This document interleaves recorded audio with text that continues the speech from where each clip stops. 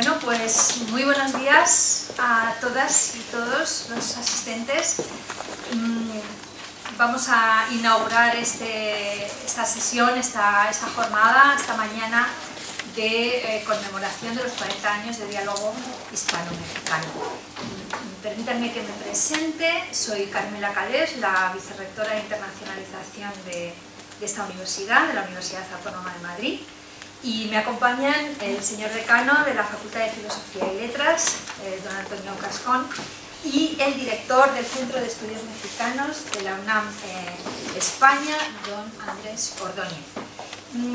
Bueno, muy brevemente agradecer al profesor José Luis Mora, que desgraciadamente no nos puede acompañar hoy por un problema de salud que esperemos que lo supere muy pronto. Creo que está en buenas manos, pero realmente es una pena que no pueda estar aquí. Cuando nos entrevistamos para presentarme esta jornada y esta interacción que se había mantenido tan viva entre nuestra universidad y la UNAM, pero en fin, con otras universidades también de México, pues hice mía la propuesta y la celebración, y bueno, espero que sea una mañana pues muy satisfactoria para todos. Y bueno, como decía pues el profesor Mora, con gran entusiasmo, pues en fin, no le hizo mucha falta insistir, entre otras cosas porque pues yo también soy consciente de la importancia que ha tenido este hermanaje entre México y España, entre nuestra universidad y la UNAM a diferentes niveles. Así que bueno, pues espero que con este apoyo claro y contundente de este vicerrectorado pues podamos proseguir los diálogos hispano-mexicanos. Gracias también a la Facultad de Filosofía y Letras, no solamente por recibirles aquí en su seno y por mantener activo esta interacción, sino porque realmente pues, es una facultad donde tampoco hace falta mucho para estimular la internacionalización de nuestra universidad. Así que muchísimas gracias al señor decano. Y bueno, ya comentaba yo antes de sentarme aquí en la mesa con los miembros de la UNAM que nos acompañan hoy, la enorme admiración que tengo por su universidad y por todos sus componentes, el nivel académico, el nivel intelectual de sus miembros, el nivel de la investigación, el espíritu de esa universidad no puede causarnos más que una sanísima pero profundísima envidia, francamente. Así que, bueno, pues reiterar mi agradecimiento por ofrecerme esta oportunidad de presentar este acto. Bienvenidos, muchísimas gracias a todos y espero que sea tremendamente fructífero. Muchísimas gracias.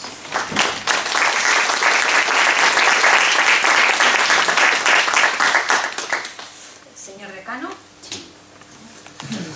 Bueno, buenos días a todos, muchas gracias, Carmela. La verdad que es ciertamente una gran pena que no esté José Luis Mora hoy aquí, ¿no? Y yo creo que todos lo sentimos así, porque además, como es José Luis, él prepara las cosas a conciencia y creo que hace mucho.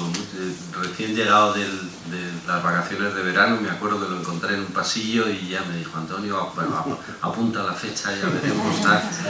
Entonces la verdad es que he sentido mucho cuando me he enterado esta mañana que por ese problema de salud no puede estar aquí, pero bueno, conociendo sus inquietudes, seguro que está muy pronto restablecido. Evidentemente agradezco mucho a nuestra querida vicerrectora que ha tenido la amabilidad de venir y agradezco mucho sus palabras. Ciertamente es así, la verdad es que esta es una facultad tremendamente viajera. ¿no? Y yo que firmo los permisos de desplazamiento puedo dar fe de ello, ¿no?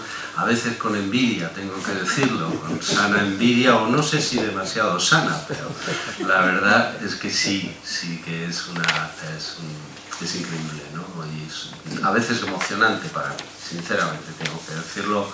Y lo decía el otro día también, cuando en un acto, en este caso era un intercambio con Japón, ¿no? O con tantos otros países como hay, o con Irán hace unos días, o con Argentina hace otros, ¿no? Realmente es impresionante y bueno, muy satisfactorio para un decano de una facultad de humanidades, porque al fin y al cabo de eso es de lo que se trata. Bueno, también quiero dar las gracias desde luego a los compañeros de la UNAM que están hoy aquí, o del Centro de Estudios de México, del Instituto de México, a todos. Una de las cosas buenas que tiene ser un poco mayor es que uno se acuerda de cuando se produjeron este tipo de asuntos, ¿no? Y yo sí que recordaba esta mañana cuando fue todo... Fue bastante difícil, no creo que fuera tan fácil cuando el gobierno de UCD empezó o intentó establecer relaciones de nuevo con México, y creo que llevó un tiempo, ¿no? Al final fue en el 77, pero la cosa empezó antes. Y sí que lo recuerdo, y lo recuerdo también, en fin, en estos tiempos en los que ciertamente nuestro país vive un momento muy, muy delicado, pues acordarse de estas circunstancias donde el diálogo está presente, ¿no? Y donde las cosas, por más que cuesten, se llevan a buen término, pues es un auténtico placer. La verdad es que, bueno, todos los que hemos tenido ocasión de vivir esos momentos, pues recordamos con admiración a México, que fue el país de acogida de todo el exilio republicano, ¿no? Y algo que creo que nunca vamos a agradecer suficientemente, y que siempre permanecerá en la conciencia de muchos ciudadanos españoles que lo tenemos metido en la cabeza, ¿no? Al final de este acto vamos a poner una canción, y José Luis me ha enviado unas palabras para que yo las lea, ¿no? Antes de esa canción, que creo que recoge bastante bien ese espíritu de lo que estoy diciendo, ¿no? Del agradecimiento a ese gran país de acogida y de humanidad que fue México. Y nada más, muchísimas gracias a todos por estar aquí, les doy la bienvenida. Evidentemente felicito a los organizadores, no solo a José Luis, sino a todos los que habéis participado, a Carmen o también a Diego, por supuesto, muchas gracias, y mi agradecimiento y mi bienvenida a todos. Gracias. Ahora voy a pasar la palabra a don Andrés, Andrés Ordóñez, ¿no? Sí. Andrés Ordóñez, que es el señor director del Centro de Estudios Mexicanos de la UNAM en España. Gracias.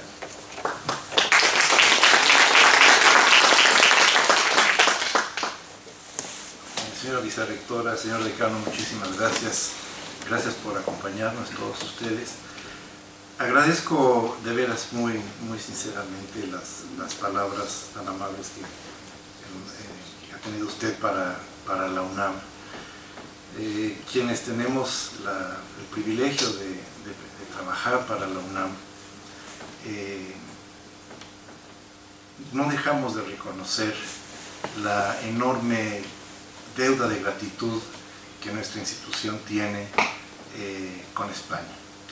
En términos históricos, porque la Universidad de México fue estructurada, fundada sobre la planta de la Universidad de Salamanca, y en tiempos más recientes, porque fue la playa de intelectuales españoles que emigraron a México en la década de los 30, la que en buena medida nos consolidó, nos dio rigor, nos dio estructura en este afán, en este quehacer académico que caracteriza a las universidades.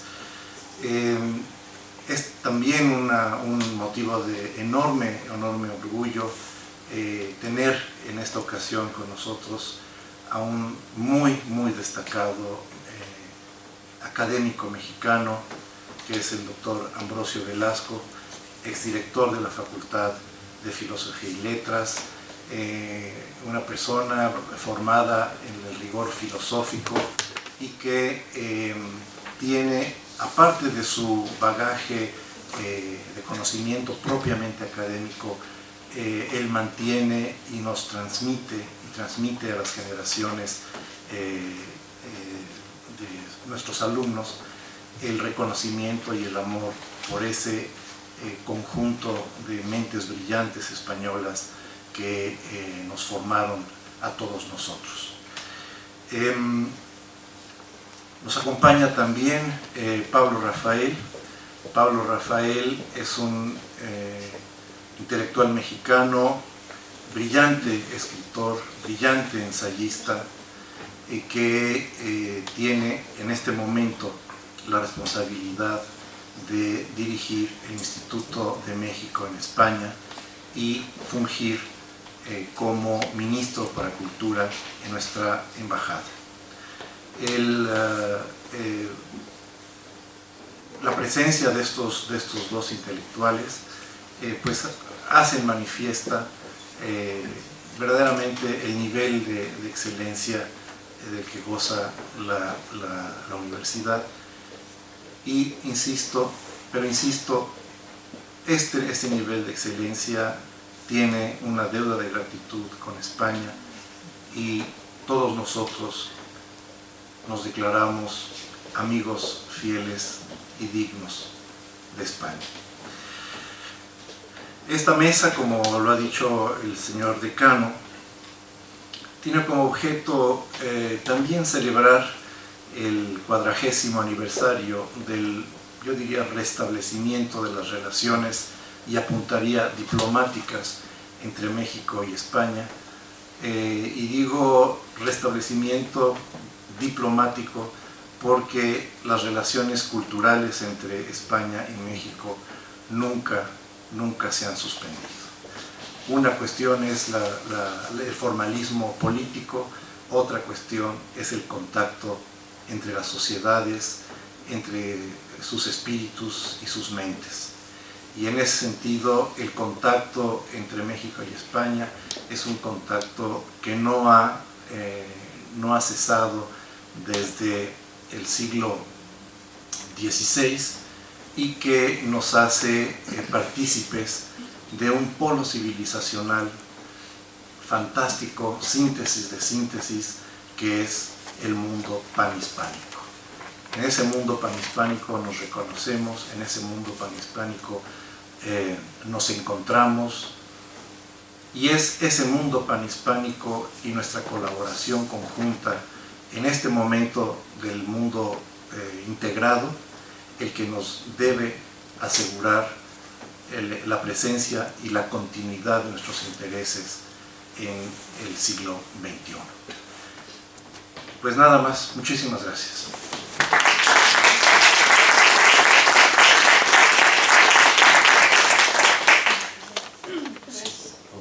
Podemos decirla así, intervenir. Sí. Bueno, pues ahora vamos a pedir a todos los que vais a intervenir que paséis a ocupar esta mesa, que son el profesor Pablo Rafael, que ya es el director del Instituto de México en España, que ya ha sido presentado, doña Margarita de la Villa, es directora del Fondo de Cultura Económica en España, el profesor Eduardo Becerra, profesor de Literatura Iberoamericana del Departamento de Filología Hispánica, el profesor Carlos Jiménez, que es profesor del Departamento de Antropología de esta facultad también, el profesor Ambrosio Velasco, que ya ha sido presentado, ¿verdad?, de la UNAM, y bueno, me parece que Javier Ordóñez no lo veo, creo que no va a poder venir finalmente, ¿no? Vamos a dejaros ya con ellos, y sí que quiero deciros que al final habrá un pequeño aperitivo que nos va a invitar la señora vicerrectora para celebrar estos 40 años. Muchísimas gracias.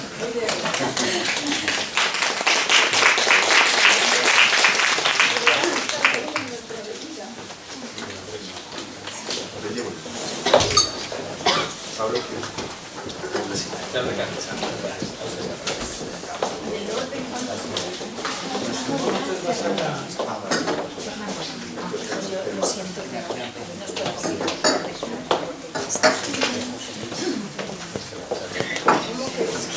Que mañana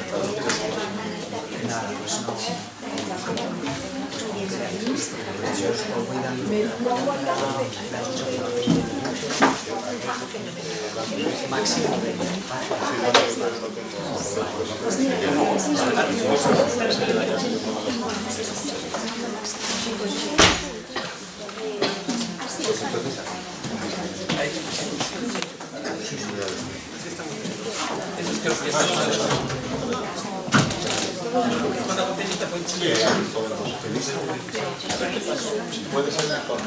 Sí, correcto.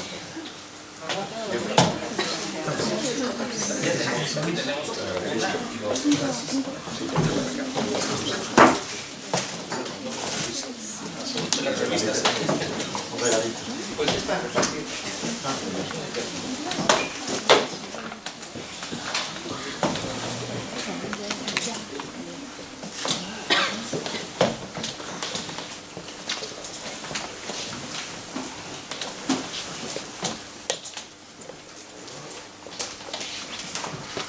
Muy bien, buenos días. Yo soy Fernando Hermida, profesor de Historia del Pensamiento Español de esta facultad y compañero de José Luis Mora, y estoy aquí a petición de Carmen Rodríguez, la vicedecana de Relaciones Internacionales, en ausencia de José Luis, para moderar esta mesa de intervenciones, y quizá también porque tengo fama de neokantiano y me han dicho 15 o 20 minutos a cada ponente.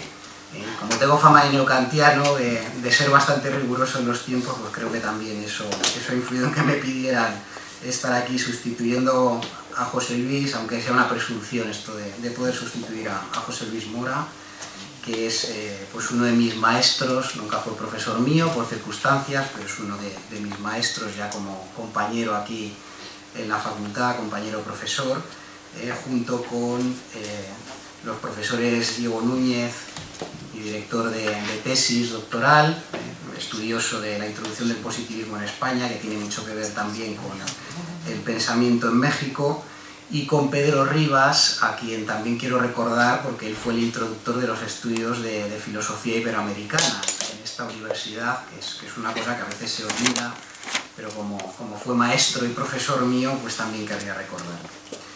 Bueno, sin más dilación voy a dar paso por orden a las intervenciones de los miembros de esta mesa. Me han pedido que no me extienda presentando el currículum de los miembros, sino simplemente pues, que les dé la palabra, ya digo, durante 15-20 minutos. Y en primer lugar se la voy a dar a don Pablo Rafael, que es el director del Instituto de México y consejero cultural de la Embajada de México en España. Muchas gracias, cuando usted quiera. Muchas gracias, muy buenos días a todos. Quiero agradecer a la universidad su invitación, saludar particularmente a la señora vicerrectora, al decano de la facultad, a Andrés Ordóñez, director del Centro de Estudios Mexicanos de la UNAM, por esta invitación y por el esfuerzo de este equipo conjunto y transversal para la realización de este evento. 40 años de diálogo hispano-mexicano. Va a ser difícil meter a 40 millones de españoles y 120 millones de mexicanos en una conversación, sabiendo que además tenemos 15 minutos, pero quizá vale la pena si pensamos que tras casi 40 años de silencio, llevamos 40 años dirigiéndonos la palabra. Y a lo largo de estos últimos 40 años quizá lo que tenemos en las manos es la etapa más productiva de las relaciones entre los mexicanos y los españoles. En la discusión pública llevamos muchas décadas analizando y tocándonos las cicatrices, abriéndolas y cerrándolas, y quizá después de tanta conversación y de tanta discusión que ha llevado a analizar temas tan importantes como quizá la conquista o la importancia de la figura de Hernán Cortés, o el virreinato como el espacio donde se fundó la nacionalidad mexicana, precisamente a partir de ese mestizaje entre una suma de culturas precolombinas y después el encuentro civilizatorio con España. valdría la pena preguntarnos, más allá de eso, ¿por qué las efemérides son importantes? ¿Por qué cumplir 40 años de establecer de nueva cuenta las relaciones diplomáticas entre México y España, de recuperar el pulso diplomático? Es importante, resulta un tema importante para reflexionar o para hacerse preguntas. Yo creo que las efemérides no tienen sentido si uno no encuentra la manera de lanzar anzuelos hacia el futuro, si uno no encuentra en las efemérides mecanismos que permitan precisamente pensar en el futuro. Resulta evidente que la historia, bien decía Andrés hace un momento, nos da a entender varias cosas muy concretas. Yo siempre digo en plan de broma, pero muy en serio, que los mexicanos ganamos la Guerra Civil Española porque precisamente nos llevamos lo más granado del pensamiento o gran parte del pensamiento español a México, no solamente en términos de los actores que en filosofía como Sánchez Vázquez, o en literatura como Pedro Salinas o como Max Au, sino pues también en la vida cotidiana de los empresarios y los trabajadores que se fueron a hacer una nueva patria a México y que también tuvieron un fuerte impacto en su desarrollo económico, en presentar o compartir un modelo de cómo hacer que un país creciera en tiempos difíciles y que allá encontraron tierra fértil para hacerlo. Y después de eso, pues sí, vino el reencuentro, el establecimiento de las relaciones diplomáticas entre los dos países. Existe ese mítico encuentro entre Marcelino Mayor Oreja y Santiago Roel, ambos cancilleres de México, en una reunión secreta en París, en el Hotel Joxan, donde firmaron las cartas de intención que permitieron después recuperar oficialmente las relaciones políticas entre los dos países. Y como decía Andrés, mientras tanto, entre México y España lo que circulaban principalmente eran bienes culturales e ideas. Está de un lado el cine, que ayudó a construir un imaginario colectivo común para los dos países. No voy a hacer la lista de actores, de actrices, de cantantes, de directores de cine que construyeron ese imaginario, pero por el otro lado está el pensamiento, y por el otro lado está quizá también, y le voy a quitar quizá algunas de las ideas que comparta Margarita de la Villa, con quien también vamos a compartir esta mesa, esta presencia. Bueno, entonces simplemente diré que Margarita hablará del Fondo de Cultura Económica, que fue uno de los puentes que mantuvo la relación, ¿no? Mientras los libros circulaban clandestinamente y ayudaron a toda una generación de españoles a formarse. Cuando se recuperan las relaciones, suceden también dos momentos políticamente muy parecidos entre España y México, que son las reformas políticas de la década de los 70, de 1977 para ser preciso. La ley o las leyes Reyes-Heroles en México de alguna manera encontraron cabida o correspondencia en las reformas constitucionales y la reforma política que emprendió España en aquellos años. Reformas que permitieron cambios constitucionales, que legalizaron partidos, que reconocieron la presencia de la plena pluralidad política de los países. Cada país venía haciendo lo suyo por su lado, que reconocieron o integraron a la vida democrática al Partido Comunista, que estableció una serie de pactos y de acuerdos que a ambos países les permitieron caminar de una forma distinta. Y eso pasó hace 40 años. Quizá vale la pena preguntarnos cuál es el resultado de esto.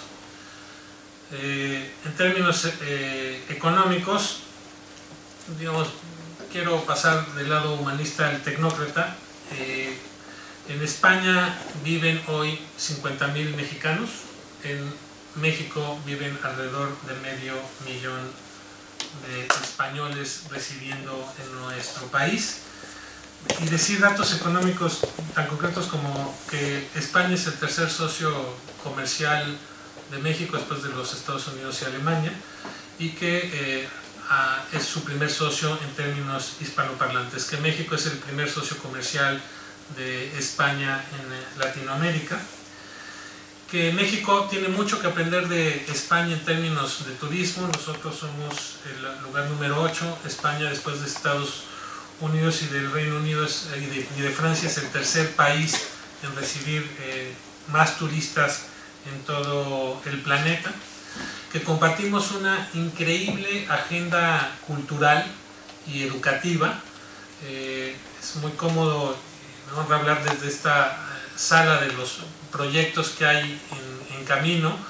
Muchos de los que están en esta sala pertenecen a un mundo o a una sociedad global que no existía y que hoy, gracias precisamente al puente cultural que representan las universidades, es posible habitar una aldea global cuya intención es que se convierta en una aldea global cada vez más democrática, y eso significa que los ciudadanos tengan la oportunidad no solamente de viajar, sino de realizar estancias largas, maestría, doctorado, investigación, estancias de investigación, y que eso pues no existía en la década de los 70s y que hoy es parte de nuestra vida cotidiana.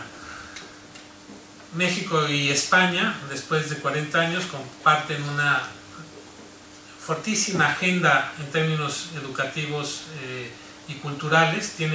Tenemos en las manos todavía tareas por hacer que mejorarán esto. Me refiero específicamente, por ejemplo, a la enorme tarea que las universidades mexicanas y las españolas, que el Estado mexicano y el español tenemos con relación a la necesidad de encontrar mecanismos que nos ayuden a homologar los títulos universitarios, de certificar materias, de certificar profesiones, y eso pues está en la agenda bilateral de hoy. Por el otro lado, compartimos un mismo idioma, y ese idioma pues quizá representa también una potencia cultural. Un idioma se dice todos los días y parece ya un lugar común. Compartimos 500 millones de personas en el mundo, y cuando nos sentamos a preguntar qué significan esas 500 millones de personas en el mundo, déjenme extenderme un poco más en esa reflexión, porque explica muy bien cuál es el papel de los dos países, de su relación binacional de cara a cómo se desenvuelve el devenir del planeta. ¿Qué representa esta lengua común para los dos países? Si tomamos en cuenta que en el mundo se hablan más de 7.000 idiomas, que el español representa el 6.15% de los idiomas que se hablan en el mundo, frente al 14.14% que representa el chino, o menos el 5.43% que representa el inglés, o el 4.70% que representa el hindi, o el 4.43% que representa el árabe, pues quiere decir que el español en realidad sí representa una potencia cultural en el mundo. No solamente en términos de personas o de porcentajes que hablan el idioma en comparación con los idiomas más hablados del planeta que acabo de mencionar, sino también en términos económicos. Imaginen ustedes que si sumamos a los 22 países hispanoparlantes que hablan en español en el mundo, más los hispanoparlantes que viven en Brasil o en Estados Unidos, donde se concentra la mayoría de los hispanoparlantes que viven en países de no habla hispana, pues ellos representamos alrededor del 10% del Producto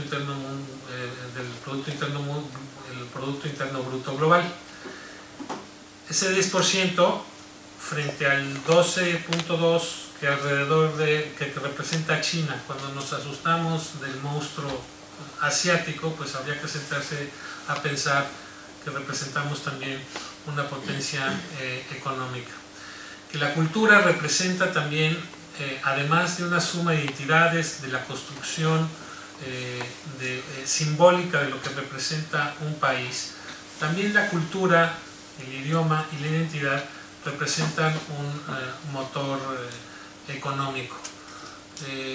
En México la cultura significa el 6% del Producto Interno en el país. En España genera alrededor del 12%, quizá es hora también de pensar que la cultura, además de construir simbólicamente la identidad de un país, además de ayudar a recomponer el tejido social, también es un detonador de la economía, y esa es una tarea para la economía, es una tarea para los estados, pero también es una tarea para los ciudadanos. Nuestros territorios comunes son muchísimos. Siempre se habla de la necesidad de construir puentes entre los dos países o entre los países de habla hispana. Los puentes están construidos, y los puentes están construidos precisamente a partir de las identidades culturales. Quizá lo necesario, y por eso me honra mucho también estar esta mañana aquí, lo importante está no solamente en encontrar la manera de construir los puentes, sino de seguirlos cruzando. La cultura mexicana, decíamos hace un momento, tiene un tejido muy sólido con la española. Desde el ámbito de lo diplomático, simplemente mientras hablaban a la hora de la inauguración, pensaba en 4 nombres, ¿no? Francisco de Icaza, Efrén Rebolledo, Amado Nervo y Alfonso Reyes.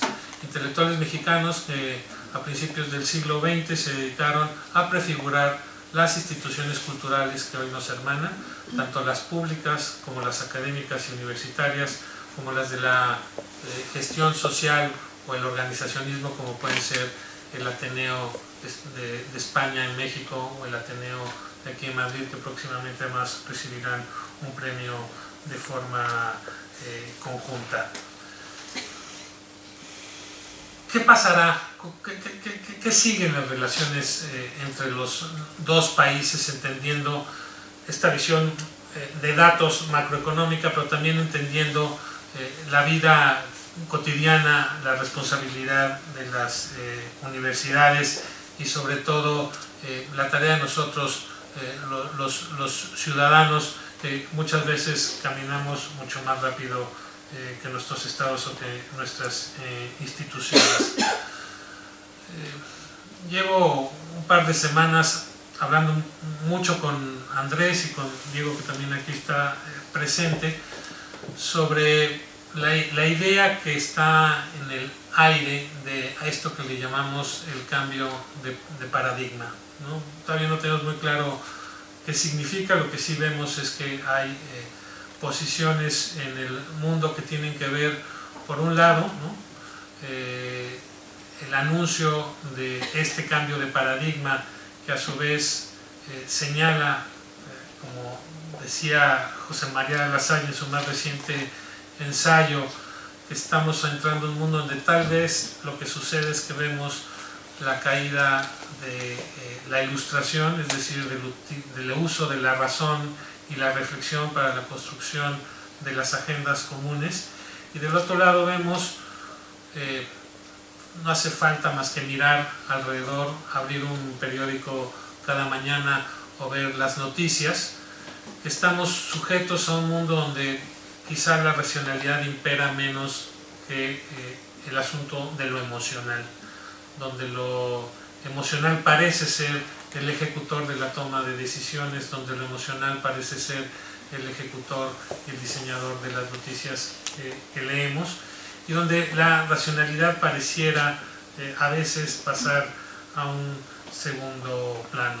Pues es precisamente a partir de estos espacios, del ámbito de lo educativo, de las universidades y de los diálogos que pueden construirse en cada espacio de la vida pública, que quizá haya que construir la respuesta. Y la respuesta está precisamente en hacer ciudadanía. Como ciudadanía hicieron los exiliados que se fueron a México, como ciudadanía fueron los hombres que fueron capaces de darle estructura y vida democrática tanto a México como a España.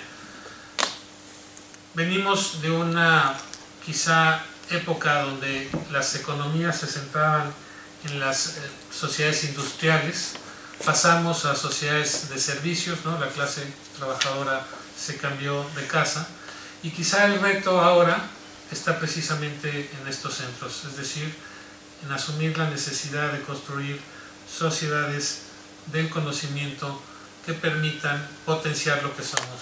Porque si algo es México y España, eso es que somos potencias culturales, y en ese sentido nuestra posibilidad de construir una sociedad mejor es tener la capacidad de convertirnos en sociedades del conocimiento que sepan entender bien su tiempo.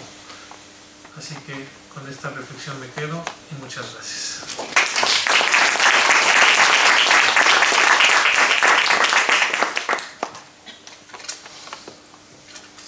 Muy bien, muchas gracias a don Pablo Rafael por su intervención, y ahora voy a dar paso a doña Margarita de la Villa, exdirectora del Fondo de Cultura Económica de España, de quien no me resisto a comentar que efectivamente es una de estas personas que es muy importante que estén aquí, porque en esto que se ha hablado antes de la relación España, exilio español y México, pues es muy importante. Ella misma se declara hispano-mexicana, y además tampoco me resisto a comentar que gracias a ella, hace ya bastantes años, en el año 1996, fue posible poner en marcha la edición de la revista Hispanismo Filosófico, Historia del Pensamiento Iberoamericano, que creo que ha sido uno de los esfuerzos editoriales y de difusión más importantes que ha habido en España, precisamente para conectar todo el mundo iberoamericano.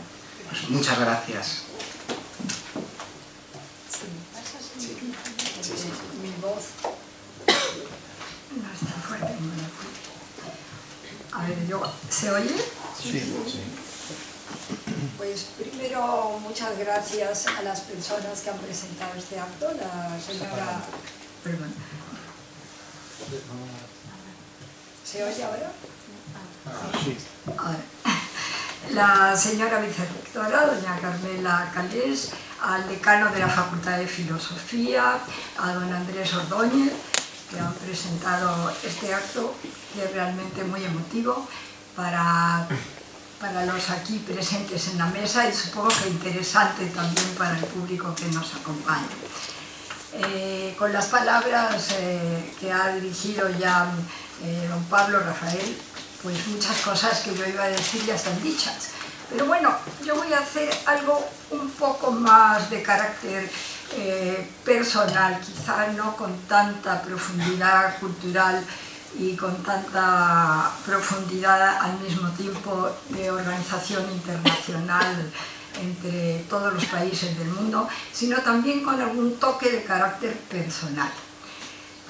Yo había puesto como nombre a la pequeña intervención el de reexilio, porque, como bien han dicho, participo de ambas calidades, no diré cualidades sino calidades, de ser española de nacimiento y haberme formado en México y continuar con un vínculo frecuente, personal, diario con aquel país. Podemos decir que este diálogo del que estamos hablando, en mi caso personal, empezó bastante antes de la fecha que se indica. Fue en el lejano año de 1942, porque llegué a México como hija de padres republicanos españoles refugiados en aquel país. Habíamos pasado antes, después de terminar la guerra, un año en un campo de concentración en Francia, un campo de concentración en la Bretaña francesa. Campo de concentración que hoy en Quimper, la parte de Finisterre, que hoy está convertido en un maravilloso lugar turístico, muy cerquita de Collioure, donde está enterrado don Antonio Machado. Mi padre, en este campo de concentración de la Bretaña solamente estaban madres y niños pequeños, es decir, mujeres y niños pequeños. Y a mi padre lo hospedaron en el campo que se ha nombrado hace poco, me parece, no sé si en las conversaciones nuestras, de Argelès-sur-Mer, también muy famoso. A finales ya, casi finales del año 39, se pudo conseguir la reagrupación familiar para iniciar la ida hacia América. Empezamos el éxodo con la idea de ir hacia México, como habían ido ya muchos refugiados españoles. Pero el momento aquel coincidió con la terminación del periodo presidencial del presidente Lázaro Cárdenas. Y entonces el siguiente presidente de México, que era don Manuel Ávila Camacho, cambió un poco la situación para poder ingresar al país. Y en lugar de que hubiera una política migratoria de absoluta libertad para ingresar al país, estableció una serie de cupos. Y en ese cupo, los que ya habíamos empezado el viaje no cupimos. Y por lo tanto tuvimos que esperar. Después de casi un mes de travesía, porque se declaró la Segunda Guerra Mundial, a oscuras, en las bodegas del barco, avistamos, como debieron hacer los de Colón, tierras de América, pues con un deseo enorme de poner pie en tierra. Llegamos a la República Dominicana, pero en la República Dominicana nos encontramos con Trujillo. Y Trujillo no nos dejó desembarcar en el momento que llegamos.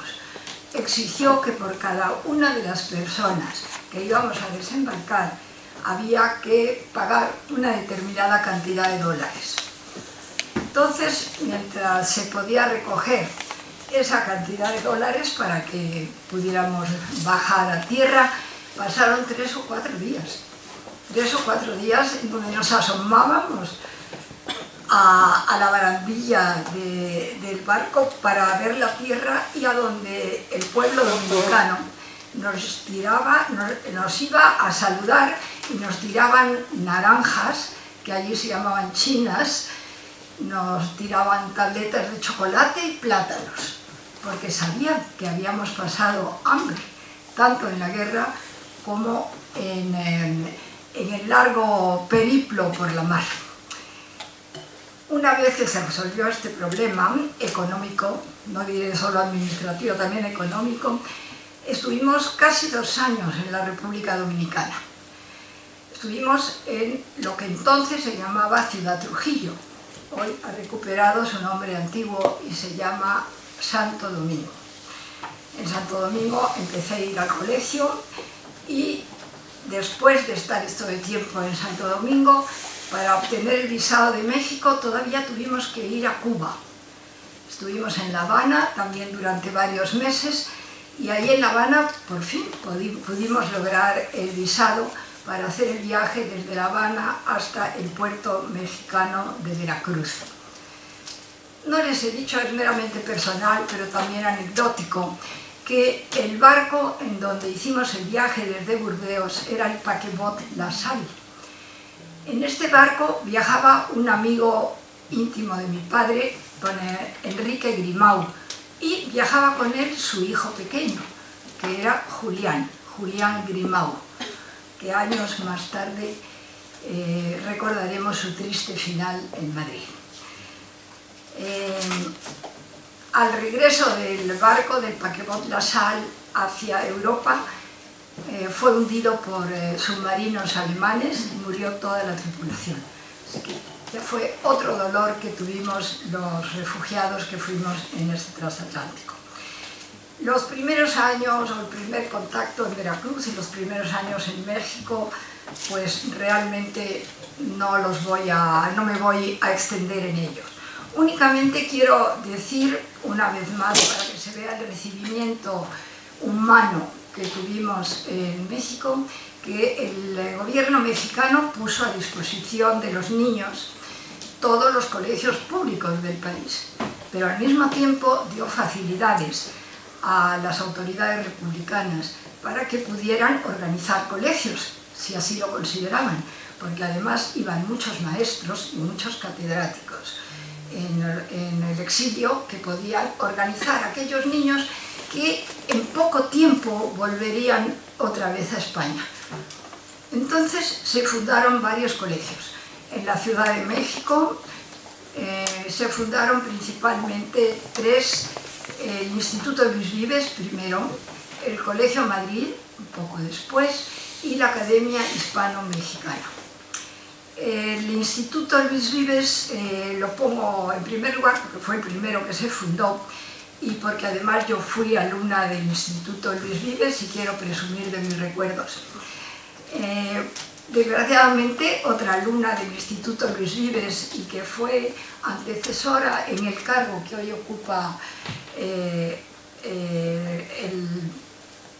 señor Pablo Rafael, que fue Luz del Amo, también fue una niña refugiada y fue alumna del Vives, acaba de fallecer, únicamente por eso la recuerdo y a Pablo le doy también el pésame, porque ella fue también una persona que dio mucho brillo al Instituto de México. En estos colegios la mayor parte éramos niños hijos de refugiados españoles, pero también había niños mexicanos cuyas familias estaban interesadas en que sus hijos fueran educados por maestros de tanta categoría como teníamos en el colegio. Puedo citar entre otros a don Rubén Landa, a Antonio del Toro, al gran matemático Marcelo Santaló, a Estrella Cortic, a María Betancourt, la bióloga Enriqueta Ortega, Juan Bonet, Vicente Carbonell, Luis de Tapia, en fin, no voy a citar a todos. Y yo creo que precisamente esta homogeneización que se hizo entre profesores, alumnos, niños españoles, niños mexicanos, hizo posible que todos nosotros formáramos un verdadero grupo que hizo un legado común a la sociedad mexicana. Pero realmente mi verdadera inmersión en la sociedad mexicana y en la cultura mexicana se realiza ya cuando ya definitivamente habíamos perdido la guerra y en 1952 ingreso a la facultad entonces llamada Escuela Nacional de Jurisprudencia.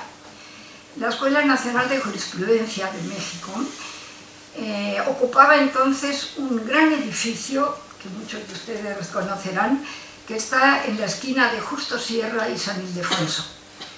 Y nuestra generación, como se dice en México, nuestra promoción en 1952 fue la última que obtuvo la licenciatura en Derecho en ese edificio, porque luego ya se pasó a la ciudad universitaria. En la magnífica ciudad universitaria ya se cambió con el nombre de Facultad de Derecho. Entre otras cosas, primero porque se había establecido ya los estudios y los grados con la categoría de profesor de carrera para los catedráticos de la especialidad de Derecho. Se crearon también los seminarios o departamentos en los que se estudiaba con profundidad cada una de las distintas asignaturas de la carrera. Y al mismo tiempo se formaron los cursos para estudiar el doctorado y se implementó el grado de doctor. Así que desde entonces, Facultad de Derecho. En la Facultad de Derecho, en la Escuela de Jurisprudencia, mejor dicho, tuve insignes maestros tanto mexicanos como españoles.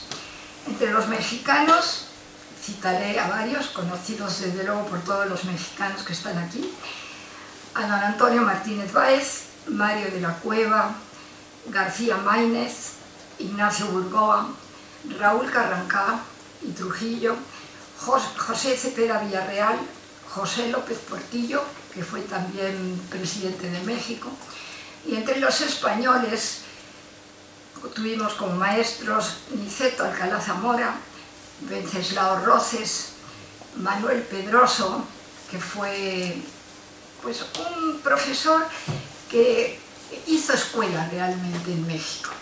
Fue profesor, por ejemplo, de Carlos Fuentes, quien lo citó de una manera muy elogiosa el día que recibió el premio Cervantes en Alcalá de Henares, emocionándonos a todos.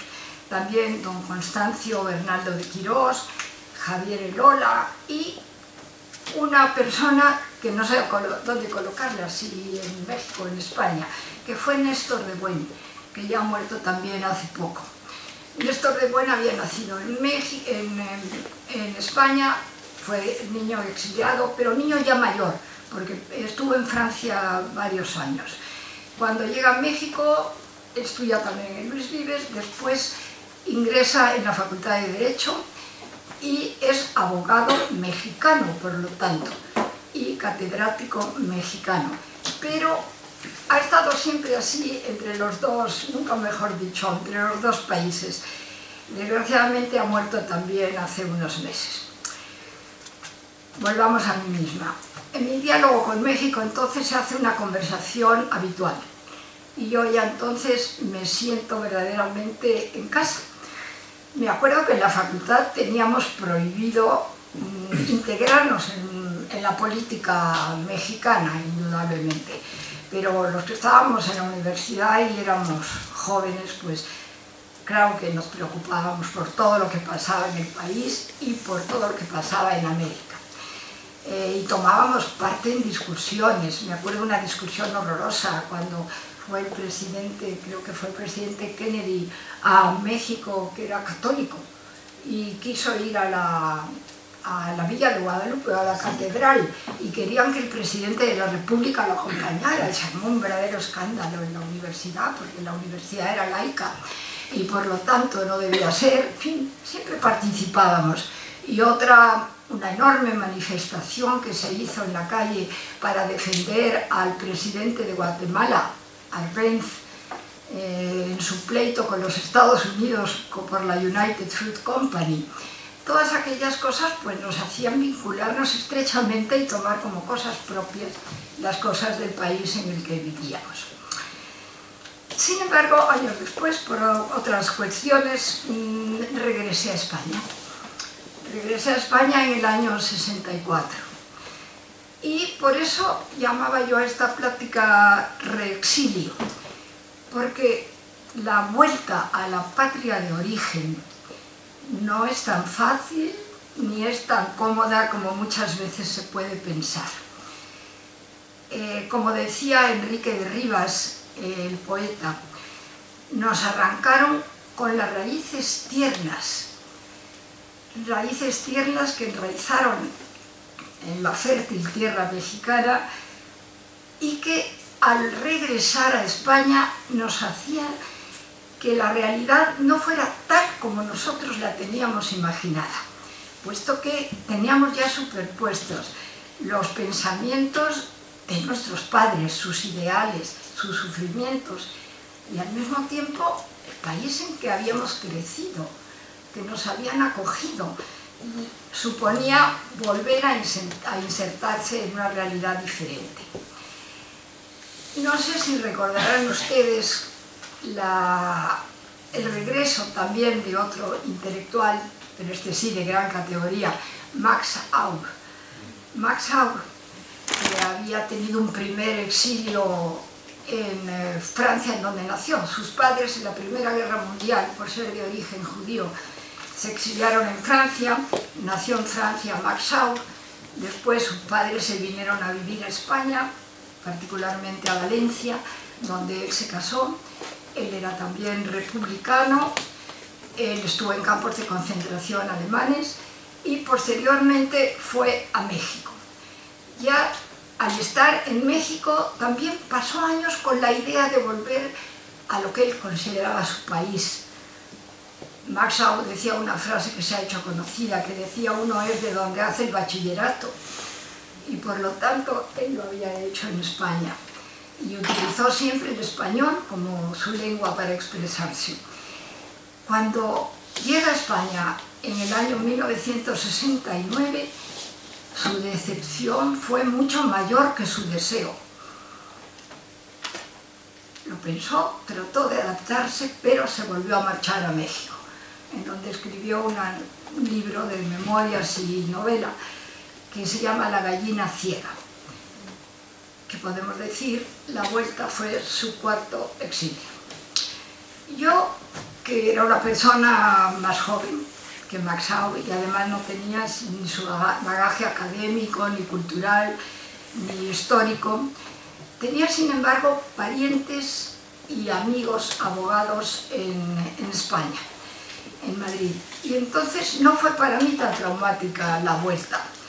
Inclusive, como tenía conocidos en la Facultad de Derecho, pude hacer allí los estudios de doctorado en la Complutense. Todavía no estaba esta universidad inaugurada.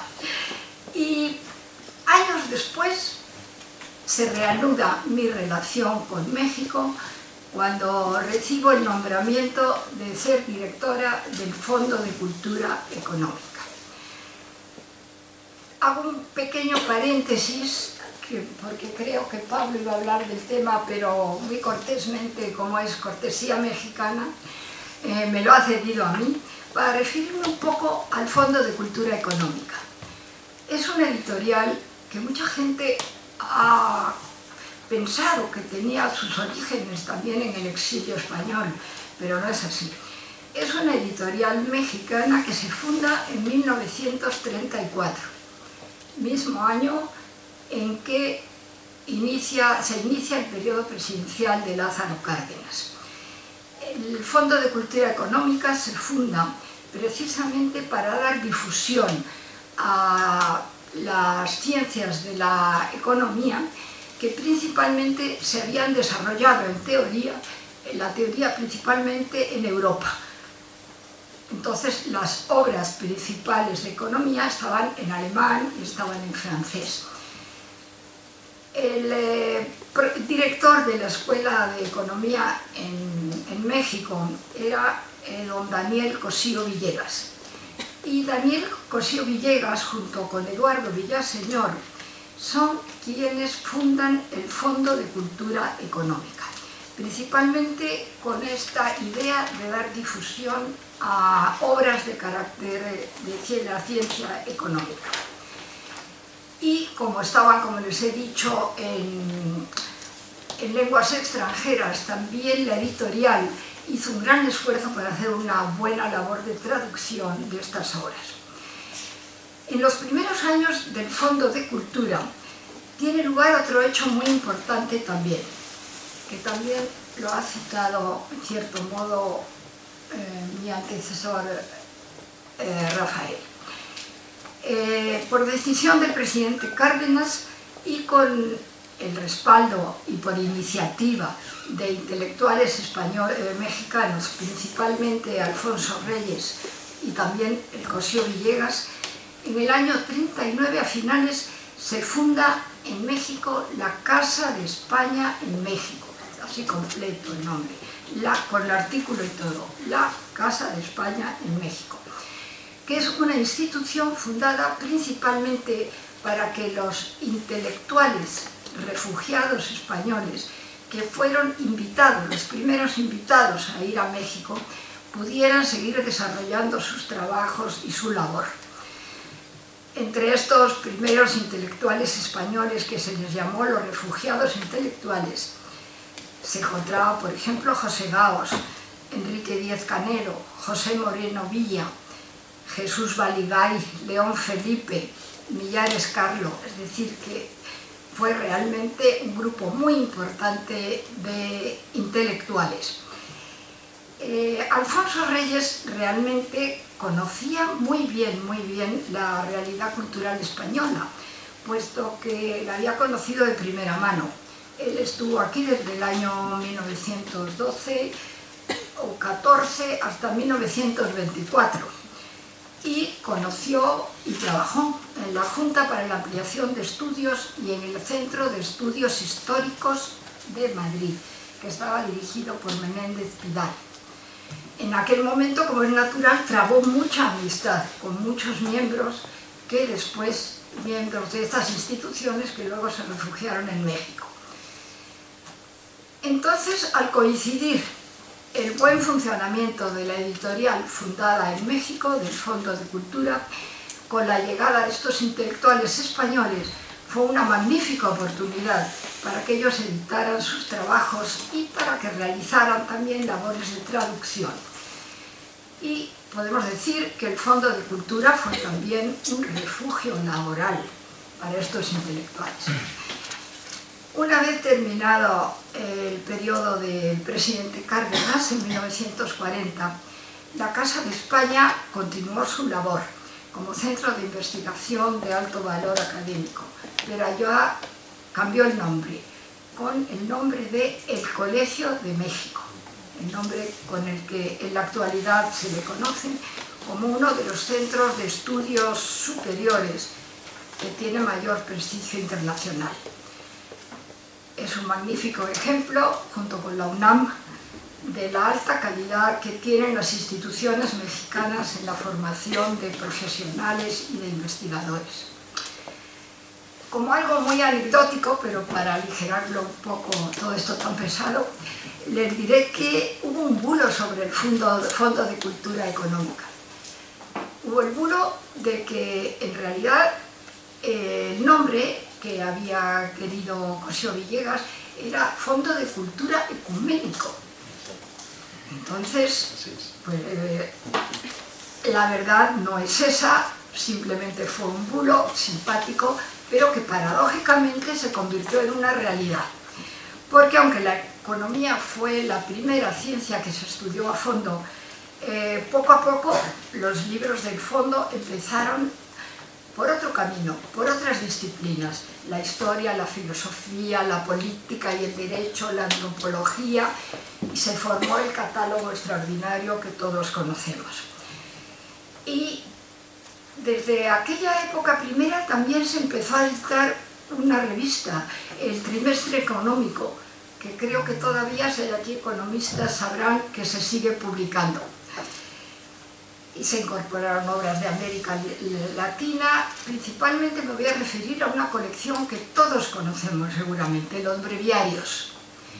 Los breviarios se empezaron a editar cuando un catedrático que había sido director del Fondo de Cultura en Argentina se trasladó a México, a la casa matriz, que era don Arnaldo Orfila, y él fue el que empezó a publicar los breviarios, con la idea, decía él, de llevar la universidad al hogar. Eran ediciones económicas que se podían adquirir sobre obras de la mayor importancia cultural. Orfila fue una persona muy importante tanto para la filial argentina, que fue la primera que se fundó en América, la filial del fondo, ya que para fundar la de España tendrían que pasar todavía 20 años. La de España se funda en el año 64. La filial española se fundó en el año 64 y fue su primer director nada menos que Javier Pradera. Hubo luego muchas vicisitudes. El primer libro que se editó en España, ya en el Fondo de Cultura, fue la Antología de Unamuno. Antología de Unamuno que fue prologada nada menos que por Aranguren. Tuvo también ciertos problemas porque primero la censura no la dejaba publicar, pero bueno, Javier Pradera era muy inteligente y sabía manejar muy bien también, como él había vivido aquí, sabía muy bien manejar las cosas de la España real, podemos decir. Quiero hacer una pequeña excursión que no es únicamente del Fondo de Cultura, sino quiero decir, cuando yo ingreso en el Fondo de Cultura Económica, era gerente del Fondo de Cultura Económica o director general de la Casa Matriz en México, don Miguel de la Madrid Hurtado. Quizá le conozcan más en su carácter político como presidente de México. Fue presidente desde el año 82 al año 88 del siglo pasado, por supuesto. Miguel de la Madrid, que lo conocí muy bien porque fue mi condiscípulo en la Escuela Nacional de Jurisprudencia, fue siempre un hombre muy interesado por la cultura y un hombre de libros. Es decir, que para él no fue una novedad encontrarse después en el Fondo de Cultura Económica. Él era un magnífico lector, no solo de literatura jurídica, sino de historia principalmente, y de literatura política, como es natural, y de literatura en general. y su labor en el fondo fue una labor muy importante. Destacó principalmente porque hizo una gran labor de coediciones. Por ejemplo, coeditó con el Círculo de Lectores Español las obras completas de Octavio Paz, que fue una gran obra, en varios volúmenes.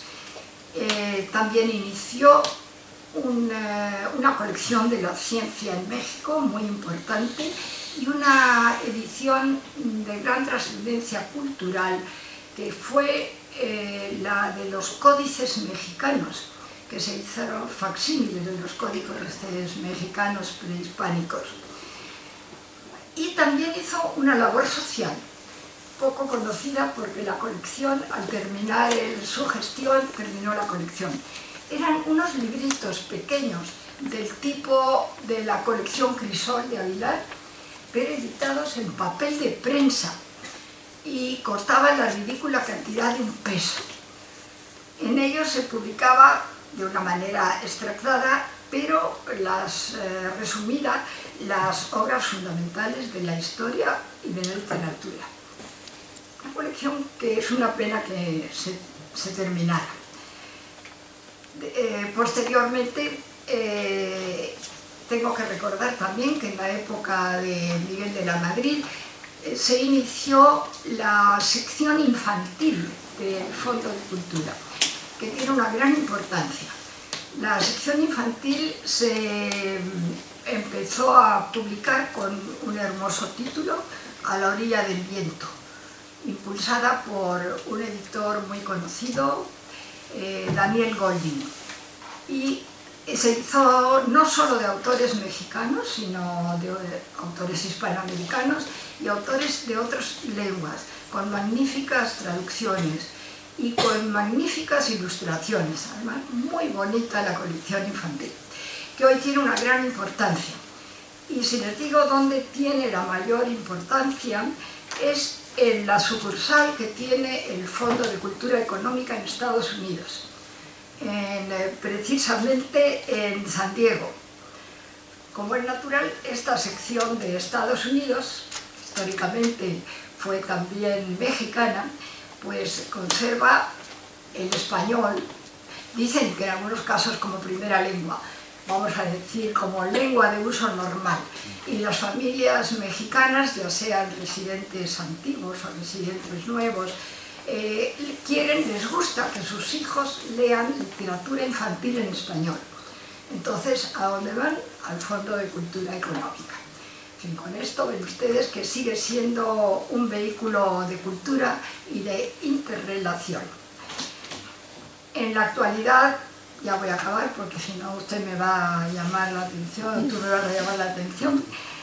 En la actualidad tenemos sucursales, ya vemos, la de Argentina fue la primera, hay sucursales en Brasil, en Chile, en Colombia, en Ecuador, en Perú y me parece que ya no me acuerdo de ninguna otra más, pero quizá haya alguna más. Y en la actualidad el director general del fondo es don José Carreño Carlón, desde el año 2013, y en la filial de España, que yo esperaba haberle visto hoy aquí, pero no le veo, es don Francisco Ruiz Barbosa. La dirección del fondo, creo que la conocen todos ustedes, en Fernando el Católico, donde está el conglomerado Galaxia. Se llamó durante muchos años Librería México, hoy se llama Juan Rulfo, con toda justicia. Y para terminar, ahora sí, únicamente vuelvo al pasado, para traer a la memoria de todos, con renovada emoción, la obra, la actitud del general Cárdenas con su valiente apoyo a la Segunda República, las intervenciones de Isidro Fabela y de Genaro Estrada en los años 36 y 37 en la Sociedad de Naciones, defendiendo contra viento y marea la legalidad de la República. Y luego la labor maravillosa del cónsul de México en Francia, Gilberto Robles, una vez terminada la Guerra Civil, justamente para organizar la evacuación de 500.000 de refugiados que estábamos en Francia. Comprenderán todos ustedes que la ayuda que México prestó a los refugiados republicanos y a la República hasta el año de 1977, en que se reanudan las relaciones diplomáticas, puesto que las otras hemos visto que no se han roto jamás, pues es una deuda que todos los españoles que vivimos en México y que compartimos hoy las dos nacionalidades, tenemos como una deuda permanente a ese país y a nuestros hermanos mexicanos. Muchas gracias.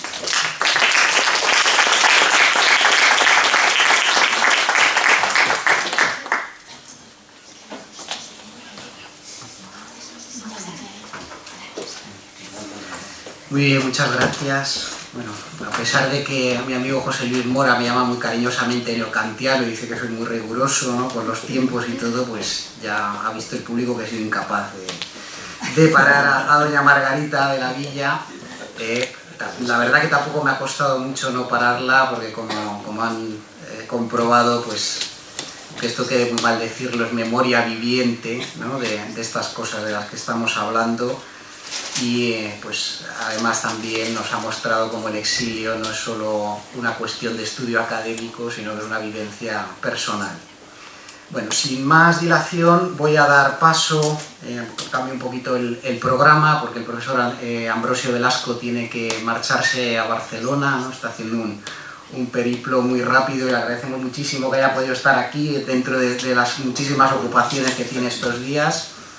El profesor Ambrosio Velasco es profesor en la Universidad Nacional Autónoma de México, es colaborador aquí también como docente en nuestra universidad, en concreto en el Máster Universitario en Pensamiento Español Iberoamericano. Ha venido muchas veces a impartir docencia en nuestro máster, es exdirector de la Facultad de Filosofía y Letras de la UNAM, y estamos encantados de tenerle aquí una vez más, que ya es un asiduo, ¿no?, de esta casa, que es la suya también. Muchas gracias, Ambrosio, cuando quieras. Muchísimas gracias, Fernando, por la presentación y como siempre, por la cordialidad. Micrófono.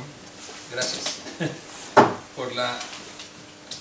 Muchas gracias por la presentación y por la cordialidad con que siempre tú y José Luis Mora me reciben. Muchas gracias a la Facultad de Filosofía y Letras de la Universidad Autónoma de Madrid, no solo por auspiciar y dar cobijo a esta conmemoración, sino también pues por el interés que siempre ha mostrado y el apoyo que ha mostrado para proyectos conjuntos de las humanidades iberoamericanas, particularmente con México. Resalto aquí el máster de estudios iberoamericanos que promovió José Luis Mora y que ha trabajado conjuntamente con Fernando Hermida y otros colegas de México. Muchas gracias también a la oficina, al Centro de Estudios Mexicanos de la UNAM, principalmente a su director, Andrés Ordóñez. Muchas gracias, Andrés, a Diego Celorio. Muchas gracias, Andrea, por hacer posible pues por invitarme, por apoyarme y por darme esta oportunidad de hacer una reflexión muy apretada, muy sucinta, pero pues con mucha admiración para el exilio español. Yo lo que quisiera ahora es muy brevemente primero mostrar un poco cómo vivieron el exilio nuestros grandes maestros y cómo esa vivencia del exilio, que no fue precisamente como Gauss decía o sentía honestamente en su caso, pero no en la mayoría de los exiliados, no lo sentían como destierro como Gauss lo sentía, sino como un verdadero destierro. Y finalmente también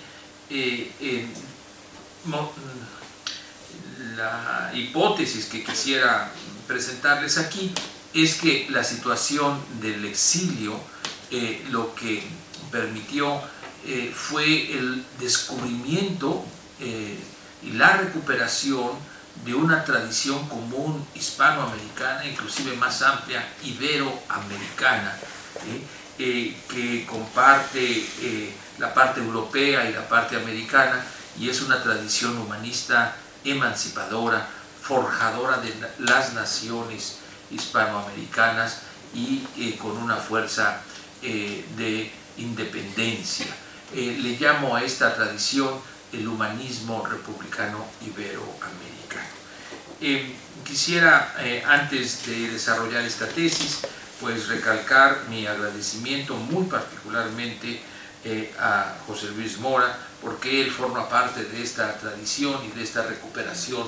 Con mucho empeño lo ha hecho durante muchos años, desde que lo conozco hace más de 10 años, lo echamos de menos que no esté aquí José Luis, le deseamos una muy pronta recuperación, le agradezco y lo felicito, como siempre, por su empeñosa actitud y esfuerzo por cultivar estos espacios de colaboración entre México y España, sobre todo en este cultivo y enriquecimiento de la tradición humanista que nos es común. Vaya, para José Luis, mi agradecimiento y un saludo muy afectuoso. Bien, empiezo con la primera parte y yo te pido si me dices cuando lleve 10 minutos, ¿sí? Para concluir en 15 minutos, ya contándome lo que he consumido. Decíamos, el exilio es vivido por la mayoría de los republicanos exiliados como un destierro. Y voy a pasar a una cita de Sánchez Vázquez, este gran filósofo que primero fue poeta y nunca dejó de ser poeta desde mi punto de vista, siempre lo siguió siendo. Y si no, vean esta cita.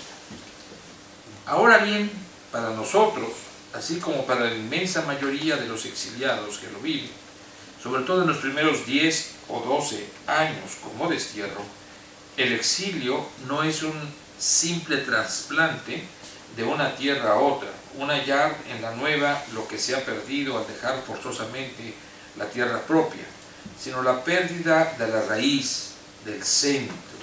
Es un vivir en el aire partido entre dos, entre la tierra que se pisa y la tierra con la que se sueña volver. Es un estar entre lo hallado y lo perdido, absorbido por un pasado que no pasa y un futuro que no llega. Bueno, pues esta es una parte de un pequeño libro, un gran libro, casi autobiográfico, que se llama Trayectoria de un intelectual comprometido. Bueno, podríamos también destacar otras citas, por ejemplo, de Joaquín Chirao, ¿no? y del mismo Ramón Chirao. Sobre todo en el caso de Joaquín y de Ramón, su pérdida de la lengua materna. Esto es algo del catalán. Esto es algo que los marcó toda la vida también, sobre todo pues a Ramón Chirao por su mucho más larga vida, y sirva también estas palabras en un homenaje a Ramón Chirao recientemente fallecido. Justamente ahora tengo que estar a las 6:30 en Belaterra para un homenaje a Ramón Chirao, pues por eso me disculpo de tener que salir poco antes de las 2. Bueno,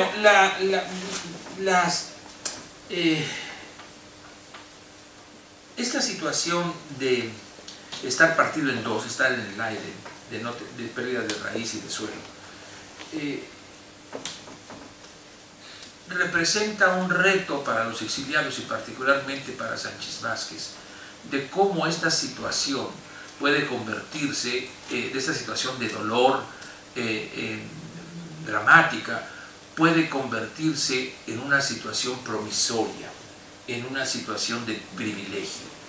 Y esa es parte de la grandeza de estos filósofos, de estos humanistas del exilio. Tenemos un dicho, no sé si originalmente es español o no, pero de hacer de tripas, yo creo que es mexicano, hacer de tripas corazón, no sé si también. Bueno, perfecto, bueno. Hasta en eso. Hasta en eso, ¿verdad? Creo que tendríamos que, y quién mejor que Pablo y Rafael podrían ayudar, y Andrés podrían ayudarnos en esto.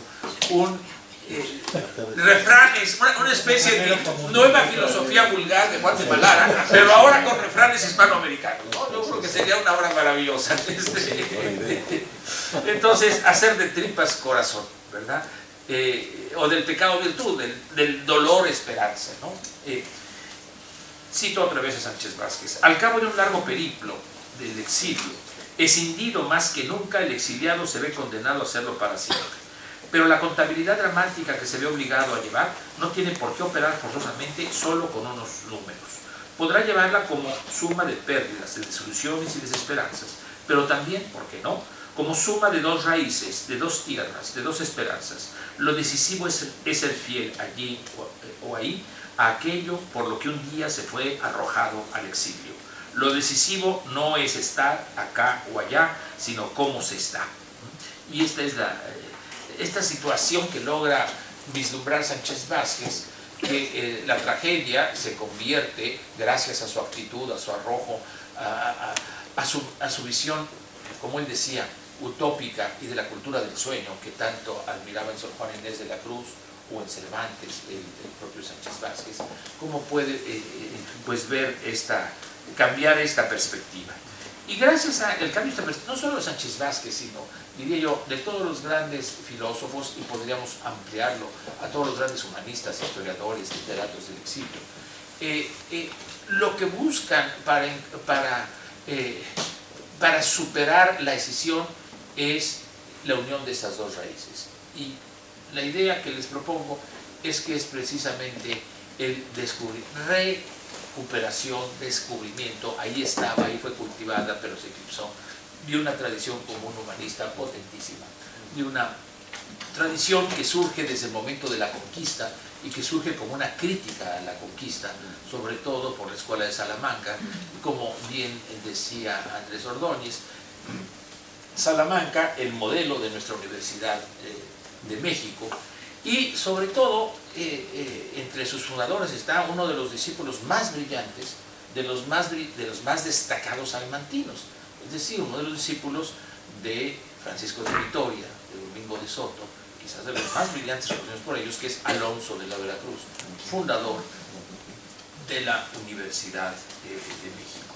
Y esa tradición se continúa, se desarrolla durante todo el periodo colonial como un pensamiento de crítica y resistencia, y al mismo tiempo como construcción de una identidad propia de Iberoamérica. Quiero referirme muy brevemente a una cita de un historiador del exilio importantísimo, que también participó en el ejército republicano, Juan Antonio Ortega y Medina, un gran historiador. Y en un ensayo que publicó el Fondo de Cultura Económica sobre el exilio, justamente por los años, yo creo que tú eras directora del fondo aquí, lo recordarás, un tocho como de 10 páginas, ¿verdad? Espléndido, ¿no? El artículo de Ortega Medina se llama El exilio español en México. En 1982, Fondo de Cultura Económica, Salvat Editores, 1982. Dice, ya verdad, me queda muy poquito, voy a apurarme. 5 minutos. Gracias. La presencia de Gauss en México le sirvió a este para comprender que la lucha del hombre hispanoamericano por la libertad y por la emancipación política era la misma que la España liberal habría estado sosteniendo desde tiempo atrás, aunque sin éxito, por independizarse de sí misma. España, según él, según Gauss, nos dice Ortega y Medina, era la única nación del mundo hispánico que del común pasado imperial quedaba por hacerse independiente, no solo espiritual, sino políticamente. La emancipación espiritual, según Gauss, no debe hacerse desde un presente extraño norteamericano, inglés, francés o alemán, sino que hay que intentar hacerla según el pasado y presente más propio, con la vista al más propio futuro. Esta es la tradición humanista que efectivamente buscan y encuentran. Voy a referirme muy brevemente a la concepción de algunos exiliados de esta tradición. Y adelanto que ellos conciben que esta tradición humanista emancipadora que surge desde el siglo XVI, inclusive para Joaquín Giraud, desde Ramón Lull, ¿no? Desde Ramón Lull, y caracterizada por el pluralismo, la inclusión, el diálogo, estas virtudes humanistas tan urgentes e importantes hoy en día, no solo en España, sino en todo Hispanoamérica, tan urgentes, ha estado para ellos en agónica lucha contra una ideología totalitaria, de fuerza, homogénea, hispanista, que quiere imponer una verdad católica universal. Entonces tenemos un humanismo pluralista iberoamericano, una nueva Iberoamérica, nos dice, Hispanoamérica, nos dice Gauss. Hablo de Iberoamérica para incluir a Portugal y Brasil, ¿no? Haciendo este pequeño matiz. Dice Girau, Joaquín, el espíritu de los grandes humanistas revive en el proyecto de autonomía y federación de los pueblos hispanos, formulado por el conde de Aranda, mucho antes que se pensara en el Commonwealth inglés. Anima la doctrina de Jovellanos, de Covarrubias, de Quintana. Es el espíritu de Hidalgo y de Morelos, de Riego y de Martí, de Torrijos y de Lara, de Pi Margall y de Giner. La aspiración a una federación de los pueblos hispanos de Bolívar no es sino la realización parcial del proyecto de sociedad humana de Vives y de Vitoria, y la de la Federación Española del Conde de Aranda. Por cierto, ahora con una enorme relevancia, no voy a hablar de ello, la propuesta de confederación de naciones hispanoamericanas de Joaquín Girau. Una enorme relevancia, creo yo. Pero no voy a hablar de ello, simplemente la referencia. Termino con una cita de Sánchez Vázquez sobre esta confrontación de ideología y humanismo. Ciertamente la patria que duele o a la que se exalta y se sueña o idealiza no tiene nada que ver con la España imperial eterna de la doctrina franquista de la hispanidad. Es en verdad su antítesis, la España quijotesca, humanista, que a lo largo de los siglos, desde Luis Vives y Bartolomé de las Casas hasta Antonio Machado, ha tratado de liberarse una y otra vez. La guerra civil ha sido su último y frustrado intento de su carroña espiritual y su miseria material. Esta es una cita de Adolfo Sánchez Vázquez, El imperativo de mi filósofo. Bueno, tres autores, Gauss, ya no regreso sobre Gauss, Gauss, Sánchez Vázquez, Girau, que nos están hablando de esa misma tradición común en México y en España, que surge de situaciones de violencia, de confrontación. No es un humanismo dulzón, es un humanismo que se ha forjado a raíz del conflicto y a raíz del reconocimiento y fraternidad de pueblos, de naciones, con futuro común y con dolor común. Esta es la nueva Hispanoamérica. Ahora bien, esto lo desarrollaron en México los discípulos, una segunda generación del exilio, que quiero decir dos palabras. Sánchez Vázquez nos dice que él, como Ramón Girau, llegaron siendo muy jóvenes, no eran filósofos formados, se hicieron filósofos en México. Y esto contrasta con Joaquín Girau, con Gauss, con Gallegos Rocaful, etc., ¿no? Pero es esta segunda generación formada sobre todo en el ámbito de filosofía por Adolfo Sánchez Vázquez, Ramón Girau, y quiero mencionar a dos entrañables profesores, ya grandes, pero que todavía vivos y a los cuales les mando un cariñosísimo saludo. Uno es Federico Álvarez, un entrañable amigo, comunista, hispanoamericano, maravilloso. Bueno, no puedo hablar de Federico. Justamente en el último número de Hispanismo Filosófico viene una pequeña semblanza que hice. Y la otra es nuestra admiradísima y queridísima Carmen Rovira, que con más de 94 años sigue enseñando en las aulas incansablemente y que es sin duda la discípula de Gauss que ha continuado con más fuerza y empeño el proyecto de la filosofía iberoamericana. No me queda pues más que agradecer a todos, a esta generación a las dos generaciones del exilio y a los otros discípulos no exiliados, Luis Villoro, Leopoldo Losea, Sánchez MacGregor, el Grupo Hiperión, que han hecho un trabajo admirable en términos del cultivo de esta tradición humanista, que es sin duda una de las grandes aportaciones intelectuales del mundo hispanoamericano y que hoy en día, con una existencia de más de 500 años, es más que nunca vigente. Y ahí ciframos nuestras esperanzas para resolver los grandes conflictos que nos aquejan en las dos partes del Atlántico. Muchas gracias.